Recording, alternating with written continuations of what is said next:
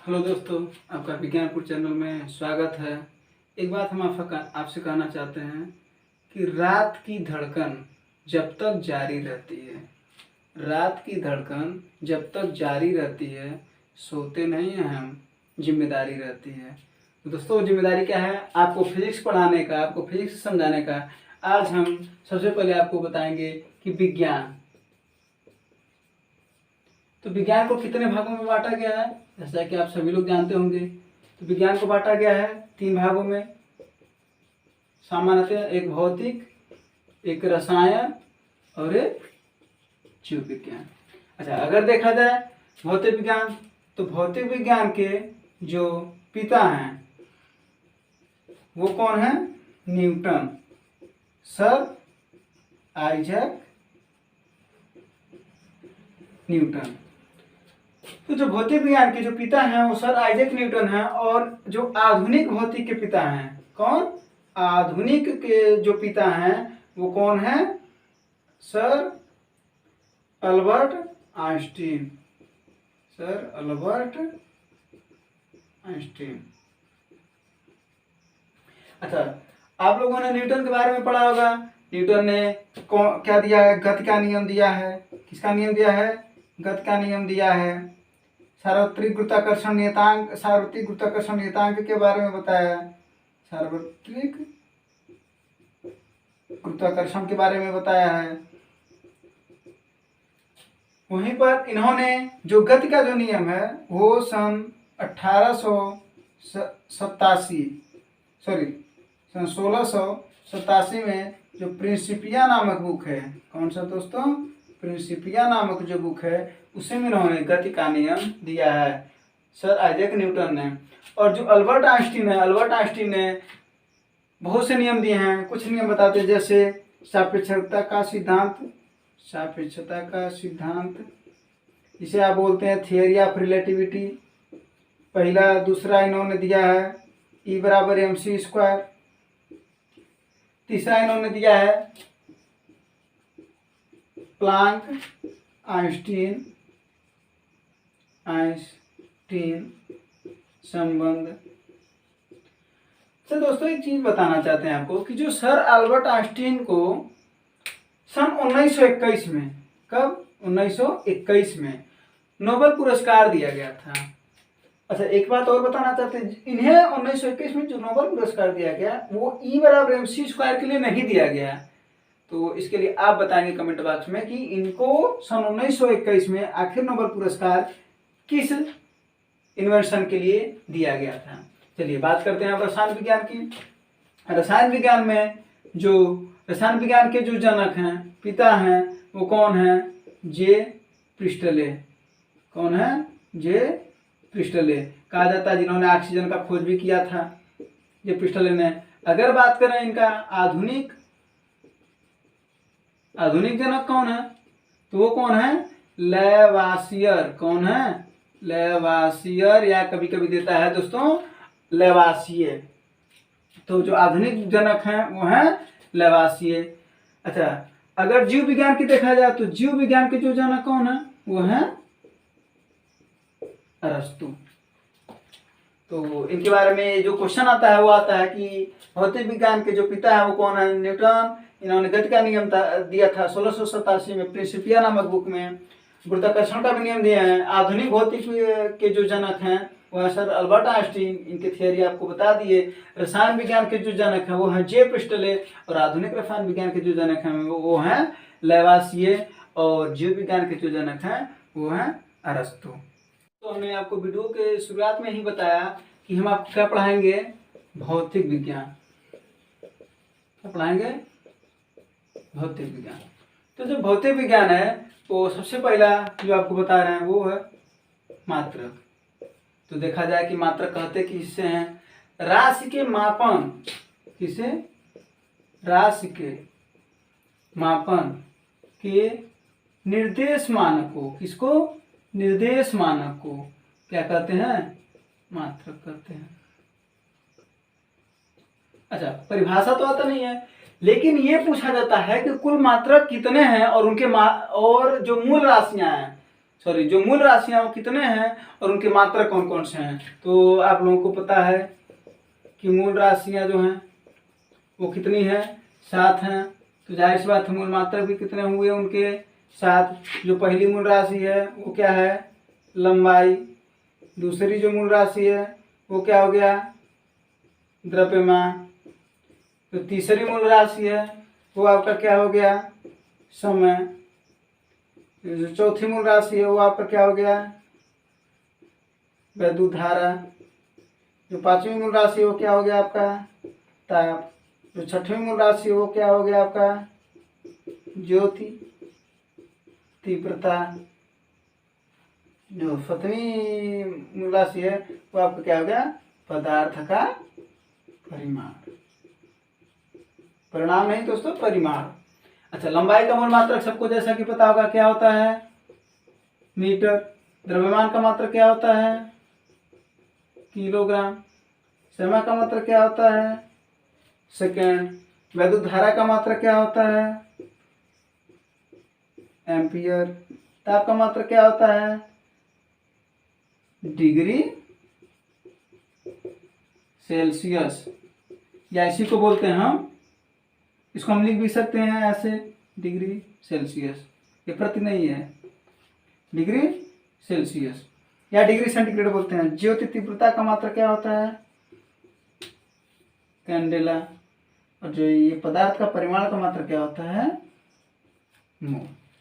अच्छा दोस्तों, तो इसका मतलब है ये क्वेश्चन पूछा जाता है कि जो मूल राशियों को जो मूल मात्रक है कि लंबाई का मूल मात्रक क्या है, मीटर। द्रव्यमान का मात्रक क्या है, किलोग्राम। समय का मात्रक क्या है, सेकंड। वैद्युत धारा का मात्रक एम्पियर। ताप का मात्रक डिग्री सेल्सियस है, डिग्री सेंटीग्रेड। ज्योति तीव्रता का मात्रक कैंडेला। और पदार्थ का परिमाण का मात्रक क्या है, मोल है। अगर बात करें यहीं पर कि जो मूल राशियां, इसके बाद से हम क्या पढ़ेंगे, व्युत्पन्न राशियां। तो दोस्तों देखा जाए कि अगर व्युत्पन्न राशियां क्या होती हैं, तो व्युत्पन्न राशियां इसे कहते हैं, व्युत्पन्न राशियां ऐसी राशियां जो मूल मात्रक से बनाया जाए, सॉरी मूल राशियों से बनाया जाए। किससे बनाया जाए, मूल राशियों से बनाया जाए। और बहुत से व्युत्पन्न राशियां हैं। अगर देखा जाए तो व्युत्पन्न राशियां हैं कितना, पहला है कोण, जिसे समतल कोण भी कहते हैं। और दूसरा क्या है, घन कोण।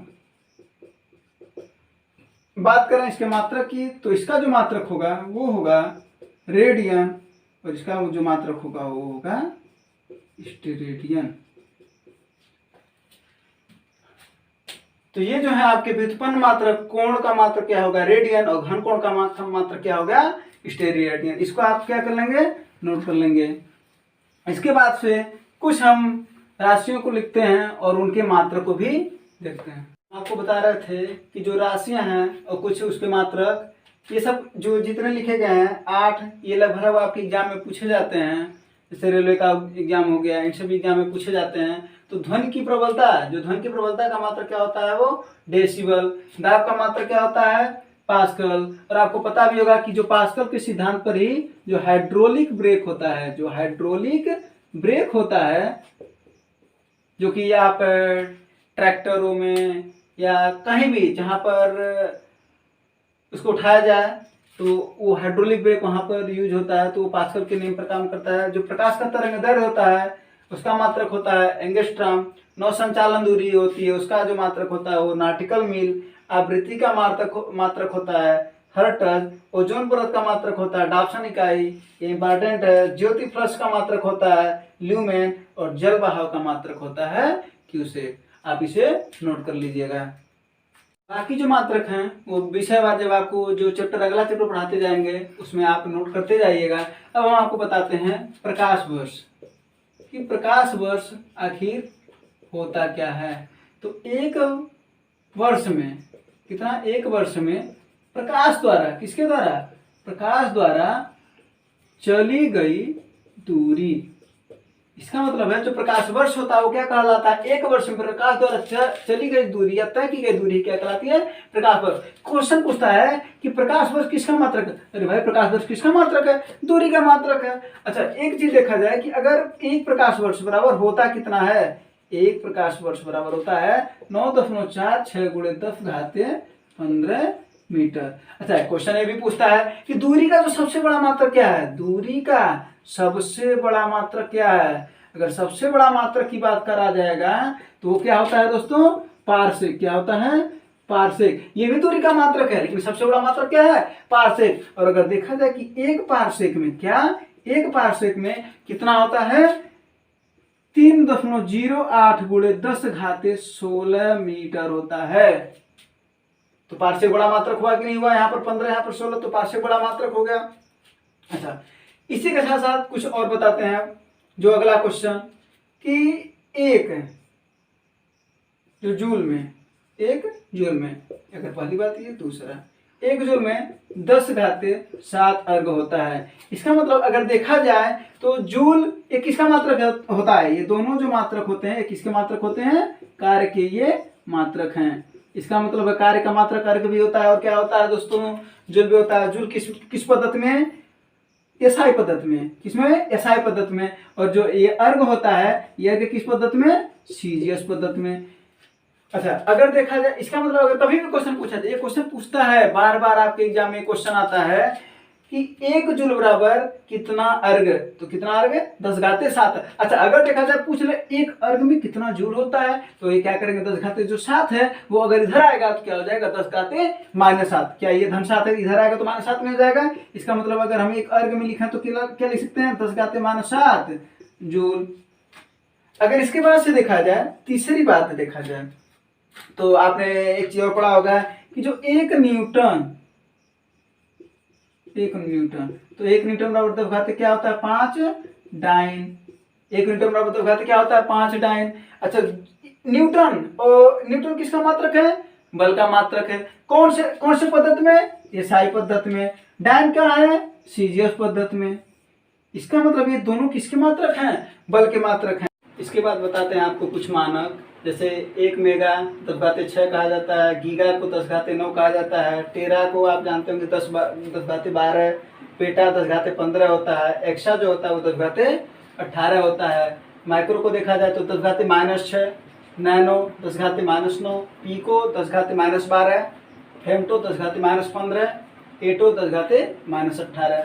अच्छा, वहीं पर देखा जाए एक अक्षरे मात्रक अगर पूछा जाए कि किसके बराबर होता है, तो 10⁻13 मीटर के बराबर होता है। इसके बाद से आपको हम बताने जा रहे हैं जो मात्रक होते हैं। जैसे आपको इसके पहले भी पता थे कि एंगस्ट्राम किसका मात्रक है, तरंग दैर्ध्य का। अच्छा, अगर बात करें कि एक एंगस्ट्राम में, एक एंगस्ट्राम को ए पर 0 से प्रतिस्थापित, एक एंगस्ट्राम में कितना होता है, 10⁻10 मीटर। और वहीं बात करें एक माइक्रोन, क्या बात करें, एक माइक्रोन, माइक्रोन को इसे म्यू से प्रदर्शित करते हैं, तो एक माइक्रोन बराबर क्या होता है, 10⁻6 मीटर। अच्छा, अगर हम यहाँ पर देखा जाए कि पूछता है, क्वेश्चन पूछता है कि एंगस्ट्राम और माइक्रोन में संबंध बताइए। क्या बताइए, संबंध बताइए।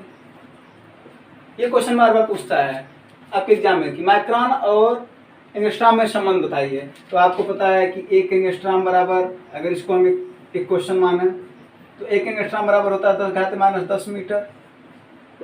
क्या हम इसको इस तरीके से लिख सकते हैं क्या कि 10⁻6 गुणे 10⁻4 मीटर। तो यहाँ पर क्या हो सकता है, अब देखिए ये 10⁻6 क्या होता है, 1 माइक्रोन। इसका मतलब है कि हम इसको लिख सकते हैं 1 माइक्रोन गुणे 10⁻4 मीटर। तो बात किया जाए तो क्या आ गया, अगर ये 1 एंगस्ट्राम है तो 1 एंगस्ट्राम बराबर आ गया 10⁻4 माइक्रोन, 10⁻4 माइक्रोन। ये क्वेश्चन पूछता है। या अगर बात करें 1 माइक्रोन बराबर क्या होता है, तो ये इधर आ जाएगा तो हो जाएगा 10⁻4 एंगस्ट्राम। ये आपका क्वेश्चन पूछता है। अच्छा, कुछ और आपको मानक बताते हैं, जैसे kilo, hecto, deca, metre, deci, centi, milli. यहाँ पर 2 पैमाना है, एक किलो, एक मीटर पैमाना और एक ग्राम पैमाना। जैसे अगर मीटर पैमाना बनाना है तो kilometre, hectometre, decametre, metre, decimetre, centimetre और मिलीमीटर। अच्छा, अगर ग्राम पैमाना बनाना है तो kilogram, hectogram, decagram, gram, decigram, centigram और मिलीग्राम। अच्छा, यहाँ पर ये क्यों बता रहे हैं आपको, ये इस वजह से बता रहे हैं, यहाँ पर देखिएगा अभी कितने मान आपको याद हो जाएंगे। अच्छा, इसमें समझाना क्या है, एक बार पहले यहाँ पर देखिए, जब नीचे आएगा तो 10 की घात बढ़ेगी, जब नीचे आएगा कि तो 10 की घात क्या होगी, बढ़ेगी। अभी आपको पूरी की पूरी बात समझ में आएगी। अगर ऊपर जाएगा तो 10 की घात क्या होगी, घटेगी। 10 की घात क्या होगी, घटेगी। अच्छा, इसका मतलब जरा समझिए। अब ये 10 की घात बढ़ेगी का मतलब क्या होता है, 10 की घात घटेगी घटेगी का मतलब क्या होता है। अच्छा, एक बार बढ़ेगी वाले में देखते हैं। इसका मतलब जो हम नीचे आते हैं, अगर हम बात करें 1 किलो, कौन सा पैमाना बनाना चाहते हैं आप, मीटर, तो 1 किलोमीटर में अगर बात किया जाए कितने मीटर होते हैं, तो आपको सब लोगों को पता है जैसा कि 1000 मीटर होता है। चलिए यहाँ पर देखा जाए, किलो, ये है किलो, यहां से कितनी बार में आए हैं मीटर तक, 1, उसको छोड़ करके 1, 2 और 3, इसका मतलब 10 घात कितना, 3 कर देंगे। और 10 घात 3 आपको पता है 1000 होता है। नहीं समझ में आए, एक और ले लेते हैं। जैसे क्या, अब क्या चाहते हैं, एक डेका, डेका को अगर आप बदलना चाहते हैं सेंटी में तो ठीक है, इसको बदल लीजिए, डेका मीटर। एक डेका मीटर बराबर कितना, सेंटी। यहाँ से क्या है, कितनी बार हम नीचे आए हैं, 1, 2 और 3, कितनी बार नीचे आए हैं, 3 बार। इसका मतलब 10 घाते 3 किसमें बदलना था, सेंटीमीटर में। ये सेंटीमीटर हो गया। अगर 1 सेंटीमीटर को अगर बदलना है मिलीमीटर में तो क्या हो जाएगा, 1 सेंटीमीटर को बदलना है मिलीमीटर में तो कितनी बार आए नीचे, 1 बार, तो 10 का घात क्या हो जाएगा, 1 मिलीमीटर। अच्छा, अब अगर बात करें यही अगर ग्राम रहे, क्या रहे, यही ग्राम रहे, तो अगर हम यहाँ पर बात करें 1 हेक्टोग्राम में कितने ग्राम, जैसे मीटर पैमाना वैसे ग्राम पैमाना है। अगर 1 हेक्टोग्राम में अगर पूछा 1 हेक्टो कहाँ है, यहाँ है, 1 हेक्टोग्राम में कितने ग्राम, तो कितनी बार नीचे आए, 1 और 2, इसका मतलब 10 घाते 2 ग्राम। इसका मतलब है अगर नीचे, अब ये समझ में आ गया होगा कि 10 की घात जितनी बार नीचे जाएंगे उसको छोड़कर के उतनी बार वो घात क्या होगी, बढ़ेगी। अगर आपको निकालना 1 डेका ग्राम में कितने सेंटीग्राम, तो 1, 2, 3, 10 घाते 3 ग्राम। 1 ग्राम में कितने मिलीग्राम, 1, 2, 3, 10 घाते 3 मिलीग्राम। अच्छा, इसी तरीके अब क्या कर रहा है, ऊपर जाने पर घटेगी। इसका मतलब जरा सा समझिए कि अगर हम नीचे से ऊपर पूछ रहे हैं, इसका मतलब हम पूछ रहे हैं 1 डेसी मीटर में, पहले मीटर पैमाना लेते हैं कि 1 डेसीमीटर में हम जानना चाहते हैं कितने किलोमीटर होते हैं। तो जरा देखिए, अब ऊपर जाएंगे, इसको छोड़ दीजिए, 1, 2, 3 और 4, कितनी बार जा रहे हैं, 4। तो ये जो 10, ये घटने का मतलब है इसकी घात को हम कम कर देंगे और क्या हो जाएगा आगे, ये किलोमीटर, यहाँ पर किलोमीटर लिख देंगे। अच्छा, और कोई निकाल लीजिए। अगर हमको 1 मीटर में बताइए कितने किलोमीटर, तो 1 मीटर में अगर क्वेश्चन पूछ रहा है कि कितने किलोमीटर, कितने किलोमीटर, जरा देखिए कितनी बार हम ऊपर जा रहे हैं इसको छोड़ करके, 1, 2 और 3, इसका मतलब है 10 पर क्या करेंगे, 10 की घात घटेगी। इसका मतलब है घात को माइनस करना है, बस दोस्त क्या करना है, घात को माइनस करना है। अच्छा, यही अगर ग्राम वाली बात हो जाए तो अगर आपको निकालना 1 मिलीग्राम में कितने ग्राम होते हैं, चलिए भाई ये भी निकाल लेते हैं। 1 मिलीग्राम में कितने ग्राम होते हैं, तो जरा सा देखिए, 1, 2 और 3, इसका मतलब 10 पर कितना घटेगी ना, ऊपर जा रहा ना, तो 10 घाते -3 क्या हो जाएगा, ग्राम हो जाएगा। इसका मतलब अगर देखा जाए तो एक जो मानक है, ये जो मानक है किलो है, तो इसको आप याद कर लीजिए, किलो, हेक्टो, डेका, मीटर या ग्राम, डेसी, सेंटी, मिलीमीटर। अगर आपको नीचे की, आपको कुछ नहीं करना, बस नीचे की घात क्या होगी, बढ़ेगी। कितनी बार, जितनी बार हम नीचे जाएंगे, अगर यहाँ से हम यहाँ तक आए हैं तो कितना बार, 1, 2, 3, तो 10 घाते 3 हो जाएगा। अगर वही हम ऊपर जा रहे हैं तो 10 की घात क्या होगी, घटेगी। इसका मतलब है अगर हम इसमें ज्ञात कर रहे हैं, इसको डेकाग्राम को, सेंटी को डेकाग्राम में, तो 1, 2 और 3, इसका मतलब 10 घाते -3, चाहे मीटर पैमाना हो चाहे। इस तरीके से आप 2 पैमानों को एक बार में निकालना सीखे। इस तरीके से आपको याद नहीं करना पड़ेगा ये चीज। क्वेश्चन ऐसा बताते हैं जैसे ऐसे एक पॉइंट टाइप का, जैसे ऊर्जा संरक्षण क्वेश्चन पूछा जाता है। ऊर्जा संरक्षण का सिद्धांत किसने दिया है, सिद्धांत किसने दिया, सिद्धांत किसने दिया ऊर्जा संरक्षण का। दूसरा बताते हैं द्रव्यमान ऊर्जा संरक्षण का सिद्धांत किसने दिया। और तीसरा बताते हैं द्रव्यमान संरक्षण का सिद्धांत किसने दिया।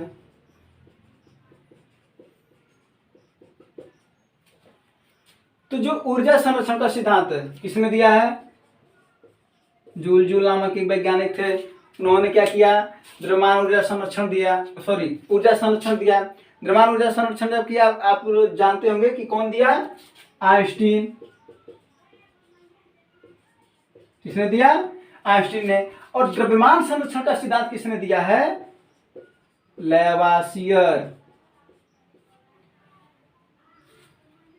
अब देखिए आइंस्टीन क्या समीकरण दिए हैं, E बराबर mc², जहां पर m क्या है, द्रव्यमान है, मास, c क्या है, प्रकाश की चाल, c क्या है, प्रकाश की चाल, E क्या है, एनर्जी यानी ऊर्जा। इसी को कहते हैं द्रव्यमान ऊर्जा समीकरण। ये किसने दिया है द्रव्यमान ऊर्जा समीकरण, आइंस्टीन को। द्रव्यमान संरक्षण, देखिए तीनों कंफ्यूजन है, ऊर्जा संरक्षण अलग है, द्रव्यमान ऊर्जा संरक्षण अलग है और द्रव्यमान संरक्षण अलग है। और द्रव्यमान संरक्षण जब आपको इसके पहले में ही बता दिए हैं, लेवासियर। और लेवासियर कौन है, ये है जो रसायन विज्ञान के आधुनिक जनक कहे जाते हैं, रसायन विज्ञान के आधुनिक जनक कहे जाते हैं। अभी हम आपको बताए हैं प्रकाश की चाल, सी को ही प्रकाश की चाल कहते हैं। अभी E बराबर mc² जो आपका समीकरण लिखा था, तो C बराबर क्या है, प्रकाश की चाल। आपको पता है 3.00 गुणे 10⁸ मीटर प्रति सेकेंड होता है प्रकाश की चाल। अच्छा किसमें होता है, ये निर्वात में। किसमें होता है, निर्वात में। अच्छा प्रकाश की चाल, क्वेश्चन पूछता है कि जो प्रकाश की चाल है, प्रकाश की चाल सबसे ज्यादा किसमें होती है, चलिए देख लेते हैं। सबसे ज्यादा किसमें होती है, निर्वात में। उसके बाद से किसमें होती है, गैस में। उसके बाद से किसमें होती है, द्रव में। और सबसे कम किसमें होती है, ठोस में। ये प्रकाश की चाल का क्रम है। यानी ये क्वेश्चन देखिए चार, यहाँ पर अगर देखा जाए ना तो 4 क्वेश्चन पूछे जा सकते हैं। क्या क्वेश्चन, सबसे पहला प्रकाश की चाल सबसे अधिक किसमें होती है, भाई जाहिर सी बात है निर्वात में होती है। अगर देखा जाए सबसे कम किसमें होती है, ठोस में होती है। अगर ये दो क्वेश्चन हो गया। अगर बात करें कि जो प्रकाश की चाल का बढ़ता क्रम बताओ, तो बढ़ता क्रम क्या होगा, बढ़ते क्रम में सबसे पहले छोटा होता है तब जाकर के बड़ा। तो ये कौन सा है, ये तो प्रकाश की, अगर बढ़ता हुआ क्रम बताएंगे तो हम लिखेंगे ठोस, द्रव, गैस और निर्वात। और अगर कहे घटता हुआ क्रम बताओ तो इस तरीके से हम लिख देंगे, क्योंकि बाद में क्या होता जा रहा है, घटता जा रहा है। ये कौन सा क्रम है, घटता क्रम। और कौन सा क्रम है, बढ़ता क्रम। और अगर सबसे अधिक पूछा है तो निर्वात में, और सबसे कम पूछा है प्रकाश की चाल, ठोस में। अच्छा दूसरी बात बताते हैं, ध्वनि की चाल। तो ध्वनि की चाल इस वजह से यहाँ पर बता रहे हैं कि क्योंकि प्रकाश की चाल का एकदम अपोजिट, एकदम उल्टा होता है। बाबू ये क्या होता है, प्रकाश की चाल का पूरा ध्वनि का चाल उल्टा होता है। उल्टा का मतलब क्या होता है, प्रकाश की चाल सबसे अधिक किसमें होती है, निर्वात में। तो उल्टा का मतलब क्या होगा, सबसे कम किसमें होगा, निर्वात में। प्रकाश की चाल सबसे कम किसमें, सबसे अधिक किसमें, सॉरी सबसे कम किसमें होती है, ठोस में। तो ध्वनि की चाल सबसे अधिक किसमें होगी, ठोस में। इसका मतलब सबसे अधिक किसमें होती है, ठोस में। उसके बाद से किसमें होती है, द्रव में। उसके बाद से गैस में। उसके बाद निर्वात में। निर्वात में ध्वनि सुनाई नहीं देता। अब लोग देखते होंगे कि जब वो शादी विवाह कार में जाते होंगे तो बाहर से एक आदमी चिल्लाता है, बोलता रह जाता है और आपको कुछ सुनाई नहीं देता है। तो वहां पर बहुत कम माध्यम है, जो गैस है ना वहां पर बहुत कम माध्यम है, हवा पास नहीं कर पाती, इसी वजह से आपको सुनाई नहीं देता है। तो ये कौन सा क्रम हो गया, अगर देखा जाए तो ये घटता क्रम हो गया। कौन सा क्रम हो गया, घटता क्रम हो गया। अगर इसी की बात किया जाए कि बढ़ता क्रम बताओ तो क्या कर देंगे, सबसे पहले जो छोटा वाला है उसको लिखेंगे, यानी निर्वात। निर्वात से ज्यादा तेज जाती है किसमें, गैस में। इसके बाद से द्रव में। और सबसे तगड़ा किसमें जाती है, ठोस में। यानी जो ध्वनि की चाल होती है वो सबसे ज्यादा किसमें जाती है, ठोस। तो यहाँ पर भी आपके 4 क्वेश्चन बन गए कि ध्वनि की चाल सबसे अधिक किसमें होती है, ठोस में। सबसे कम किसमें होती है, निर्वात में। और ये जो दोनों क्रम है, एक घटता क्रम है और ये कौन सा क्रम हो गया, बढ़ता क्रम हो गया। तो क्वेश्चन बार बार पूछा जाता है कि ध्वनि की चाल किसमें अधिक होती है। आप इसको बता सकते हैं, दोनों प्रकाश की चाल और ध्वनि की चाल के बारे में आपको पता चल गया।